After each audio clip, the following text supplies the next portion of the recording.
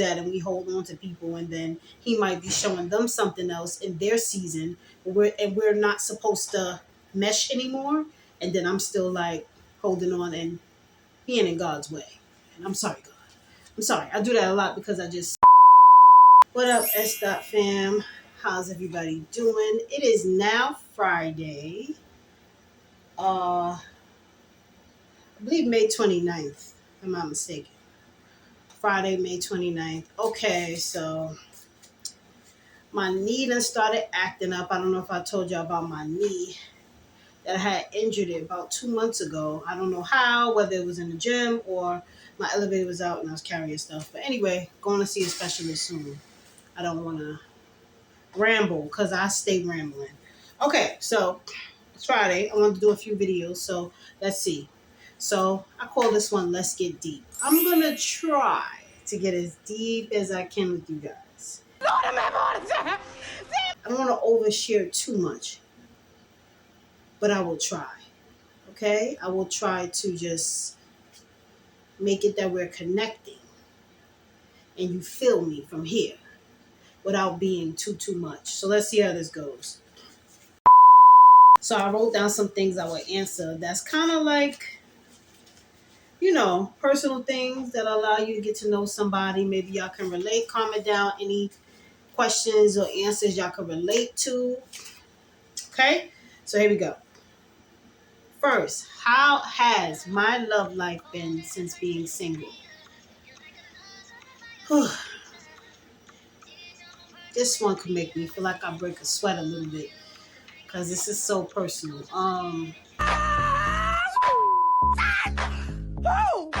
I felt like it had its ups and it had its downs. It's a very hard thing to transition from a long-term relationship to dating again, but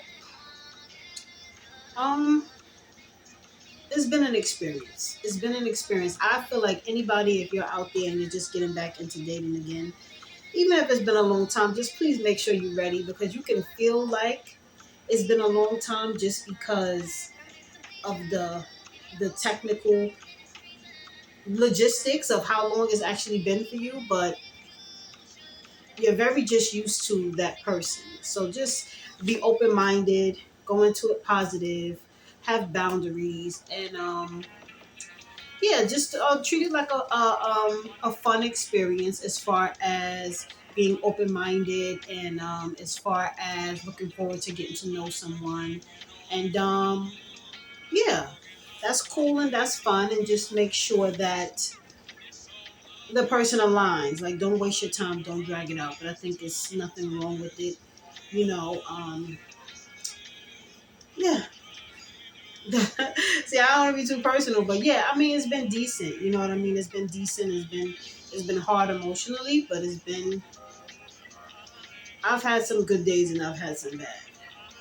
Definitely, I talked to God about it, and He knows all the tea. So we just gonna leave that there. But I just want to say to anybody out there newly single, there's nothing wrong with dating. Nothing wrong with dating. Nothing wrong with trying. But if you start and you realize that, hey, I'm still not ready, that's okay too. You pray on it and you take longer. You get what I'm saying? Because by God's grace, you'll have more time and you'll be able to date eventually. Don't rush yourself if you start and then feel like, wait a minute, really back in. But I've been okay. A nice couple of dates. You know what I'm saying?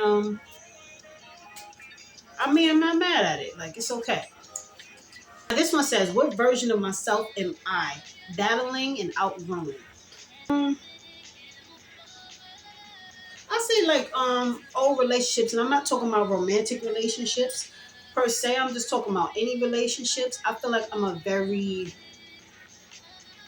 want to take everybody with me type of person, and the seasons change and not everybody is meant to be in every season. And I mean relationships in all aspects. I'm not pinpointing romantic relationships.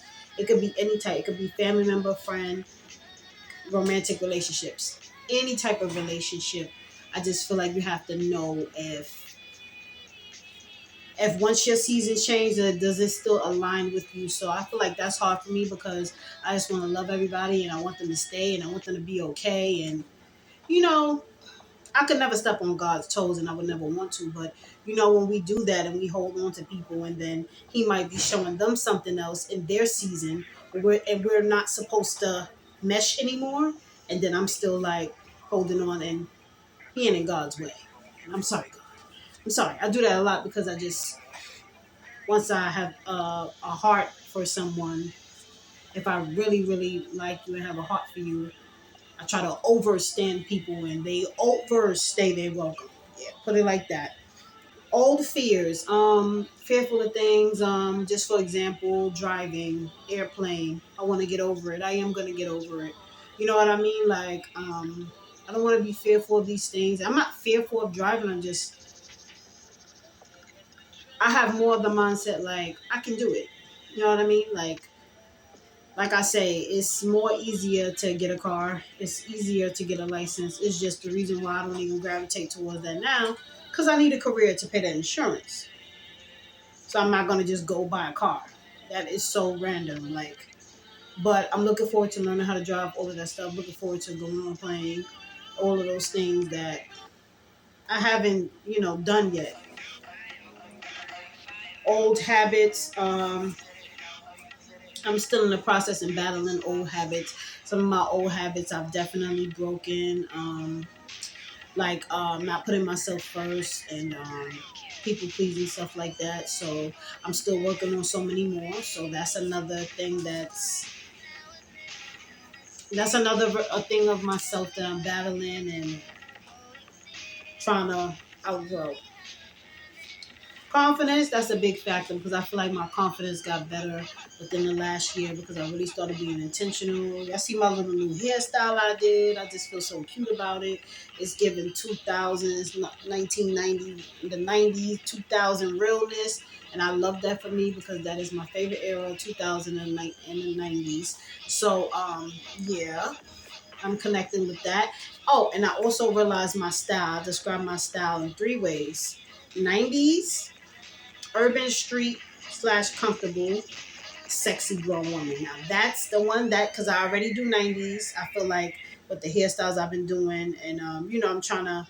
And then I already, my main style I always have is like urban streetwear, comfortable, like which is like jeans, t-shirt, for instance, gym sets, stuff like that, leggings. That's urban streetwear slash comfortable wear. That's like the main way I basically was dressing. Now I'm tapping more into like, you see this? This is a regular Friday. This is the shirt I wore for my birthday last year, and I literally wore it to Dollar Tree. Okay, so yeah, just more grown woman things. That's the last factor of this style, like grown woman sexy. That's the more one I'm trying to step into. So yes, I think by doing the outfit videos and then with the getting the outfits I want or doing my hair the way I want, it's more of a confidence factor now than it was before because it's so extremely intentional and I can feel it. So, what is something people misunderstand about me? Let's say being emotional. I wouldn't know what people misunderstand about me, but let me explain. Being emotional, I don't feel like it's being weak. I feel like I'm very layered and deep, and I'm finally just starting to really accept that and I don't really care how people take it. Like I'm very layered, I'm very deep. It's either you could take all of me or you could take none of me. Like I can't. It's like people enjoy the things when it feels sweet, but once you step on their toes, so to speak, it's kind of like, wait, this is too much. You get what I'm saying? And they might not even try to mean it in a type of negative way, but they have their ways they do things and whatever their capacity is and their style is, and you have yours. So they like, on one hand, people can see me as very deep, but to their advantage when it benefit them. When it's some shit I don't agree with, or when it's something I had to check them about, then it's just like, you get what I'm saying? Um, Another thing people misunderstand, being strong. Like, listen, being strong is a beautiful thing, and I'm glad God allows me to be it. But sometimes people get tired. I know I get tired of hearing that. Well, you so strong, just keep going. Where's the rest and where's the help? Because me, I'm an in your face type of friend, family, lover. So, meanwhile, while I'm telling people they're being strong, if I can help you in the circumstance, I just automatically do it. You know what I mean? So sometimes the being strong thing is just like, yeah, I know that, but I'm so tired. Being a caregiver, I would say what's misunderstood. I don't think nothing's misunderstood about being a caregiver. Like that was a big part of my life because, as I told y'all before, I took care of my mom. I was, the man took care of my mom until she passed. My grandmother from health to sickness till she passed, and then my daughter ended up being autistic, and that was another special assignment for me. So I've been a caregiver for all of realistic age. I really started caregiving was maybe like 19, 20, because that's when I started working, and I really just was organizing all of the things for my grandmother and stuff like that. Me and my grandmother was living together. So, and I'm 38, and it's just been 18 years straight. You know what I mean? So grandmother, mother, daughter, and at one time all three at the same time. You get what I'm saying? So yeah. So being a caregiver is a beautiful thing, but it is a very tiring thing, and it is a very lonely thing. Being introverted. Questions about being introverted is just kind of like, I'm introverted, but I am open, funny, warm, and sweet to those that I love. I'm just very picky and I'm very particular from things I've been through. So it's like some people know me and some people know me. You get what I'm saying? So there's like a beautiful side of me that's only selected few get to see. Being creative is my love. It is my goals. It is my motivation, and being creative is my joy. So all of those things. So I don't think maybe many don't know about me that being creative is me. I can't help it. So like these little videos and editing and all of the things I do, my creativity screams at me, and I would like to think that it's from God. So I try to do my content as a way to share what God put in my heart, and also remind people that God is so real through my videos and through talking and how grateful I am. So losing my mom teach me about life. Losing my mom taught me, as I already know, that nothing is forever. And I already knew that, but I've never felt that type of gut punch of nothing is forever until I really was like, she's really not here. I really can't call her. Like, the person that's always in my routine that I always call, like, hey, how do you make this recipe again? Or, we call, we talk shit, we laugh. In my routine of my life, the person who brought me in this world just not here. So it's still a hard thing to sit on. It's still hard. It will always be hard. But why do creativity fuels me? Creativity fuel me. Creativity fuels me because it connects to positivity. It connects to productivity. Productivity. I think I'm saying that right. It connects to the messages I want to relay. It connects to fun. It connects to me thinking, planning, observing, making changes. It connects to me documenting life. And I love all of those things. What's some things I wish people knew about my loneliness? My loneliness or lonely seasons? I say first, God timing and alignment has a lot to do with certain things, because sometimes it's just not your timing and it's not in His plan. And He just refused to let you bump your head, maybe on that specific thing. Sometimes we sit back and we bump our head, but we don't know why He do things the way He do things. So maybe sometimes He won't even allow us to even go through that door, which is a blessing in disguise. And we don't know the reason why, but He's protect us. He has and always has protected us from a lot of things that we don't even know about. Some of the stuff is very like, how do you call it? It's very easy to pinpoint and like, oh, thank you, God, I saw what you did there. And there's so many other things you don't even know about. Loneliness is a lot connected in single motherhood, which I'm a single mother. And sometimes it can just get sad because, of course, you want the family, the picture. But, when things align, and if it's not time, it's not time. And I tell myself at this point, if it's never time, and if there's no one, that's fine. Like, I just thank God for keeping me here and keeping me okay to take care of my kid, because it's a 24/7 job when you are a single mother, so, or a single parent, excuse me, because that goes for men and women. Another thing about loneliness, it's a beautiful thing when you can still find joy, because that is a very thing that's a muscle that you have to kind of constantly work. You get what I'm saying? Like, you can't exercise that muscle one time and expect to be strong. It is a life assignment to still find joy, because it's always going to be some shit. So it is a life assignment to still find joy. Choose it, and then you're good. Like, literally. Make it the reality. Like, yes, I know shit gonna happen, but if I got in my mind and in my heart and I connect to God, like, I'm still gonna find joy, because God, you still allow me to be here and do what needs to be done.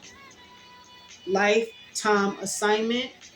You have to constantly wake up and choose to still find joy. What kind of woman am I becoming? I would say I'm becoming a more confident woman who enjoy and expresses fashion. Okay. As far as boundaries, I'm becoming a woman that has been exercising, placing them and sticking to them, and knowing that that's okay.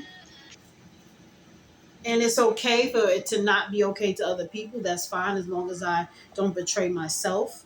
Um, I'm becoming a woman that's healing, learning, and trying to do better from my mistakes and my wrongs and the times I bumped my head. I'm becoming a woman that is trying to get very much into her soft feminine era of life, and femininity is just no longer just something once in a blue. I just want to be in full femininity and just be soft and sweet, and that's how I'm treating myself. So it will elude and it will spill out of me, and people will want to treat you that way too. Becoming a woman that is making future goals, setting them, and most importantly, not scared of the future goals. That's what I'm becoming, and still a little battle, but yes. And if I could watch this video 10 years from now, like, what do I want to tell my future self to thank myself for? I want to thank you, Shaniqua, for believing in yourself. I want to thank you, Shaniqua, for doing your YouTube, because you did touch people. An audience is not about 10 million. If God allowed me to touch one, and that's what He meant me to touch, is one person, two person, three person, four, I'm fine with that. If this is a part of my kingdom assignment, and it was only meant to touch a small group, I'm so okay with that, because if I did something in these videos that touched and helped someone going through anxiety, stress, depression, single motherhood, autism parent, all of those things, somebody just trying to get through the day to day, okay, and as a woman, as a mother, all of those things, then you know what? Success to me. Because honestly, I'm gonna tell y'all, to talk here, it'd be hard for me. It might not seem hard, but at the end of the day, I am an introvert. But I have something God placed in me that is so vocal, that is screaming out of me, whether it's writing my books or coming on here talking about certain topics. Like, I can't help it. Like, I have to use my creativity and whatever wisdom He gave me to express. I feel like it's my job, even if this is not may not be the way in the long run. I will still be expressive in spreading positivity, knowledge, and some type of forum of healing, like, because this is what God placed in me. Like, I've been writing since I was a pre-teenager, since like maybe 11 years old. I would write anything. I would write scripts. I still have papers from I can act out. If y'all want to see me act out one of the scripts that I wrote from way back in the day, I used to write like little scripts. I always wrote poems, and now y'all know I have the 3 books on Amazon, the 3 ebooks. So I used to write like, yeah, little scripts, because I always wanted to do like a little acting. I still do, and I write music and stuff like that. So Comment down below if y'all want to see a video of me rummaging through like the paperwork that I have saved.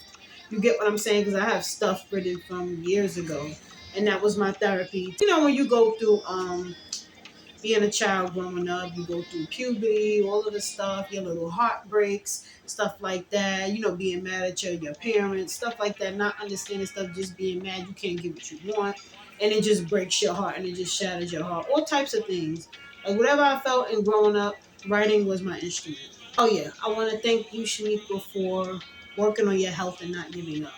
My knee has been like fucked up for like 2 months. I went to the hospital, like I said, I have to. Now I'm going to a specialist, and I still been going to the gym in between when it's decent. Today it's like you could tell when it's just worse. Like you could tell when it's just a really bad day or worse than what it was, and I'm not gonna push myself to exercise. I was originally supposed to exercise. For example, I was supposed to exercise yesterday and today, and I did not go because I see my knee feels way worse. Like when I went last week, I pushed to go because it felt decent. I'm not gonna go when it felt way worse, but so I will thank my future self, like, girl, it wasn't easy in between your knee injury. You never got one day to rush your knee, do everything you're doing, running around appointments, this, that, the other for your daughter, this, that, the other, and including every day and every week stuff, cleaning, cooking, dishes, laundry, grocery, all getting done. And my elevator was outside. I had to carry the cart up those flights of stairs with the knee. Like I never got a break. Currently the elevator's out. Even though they fixed it. And now it's currently out again. You see what I'm saying? So I will thank my future self that every time and every chance I get, I am in the gym.